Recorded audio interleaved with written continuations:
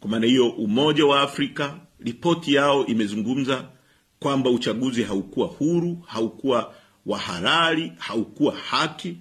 SADC wamesema hivyo na waangalizi wengine wote wa kimataifa. Hivyo hana mamlaka kimaadili wala kisiasa kuunda chombo cha kuchunguza uhalifu mkubwa uliofanywa na utawala wake dhidi ya raia waliokuwa wakidai haki zao za kidemokrasia na za kikatiba.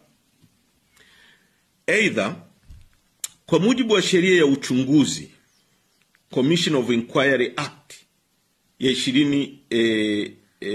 ya mwaka 2002 chapter 32, tume ya aina hii ni chombo cha rais kinachofanya kazi kwa matakwa na maelekezo yake, na hata ripoti yake rais ana mamlaka ya kuamua ichapishwe au isichapishwe, iwasilishwe hadharani au ifichwe.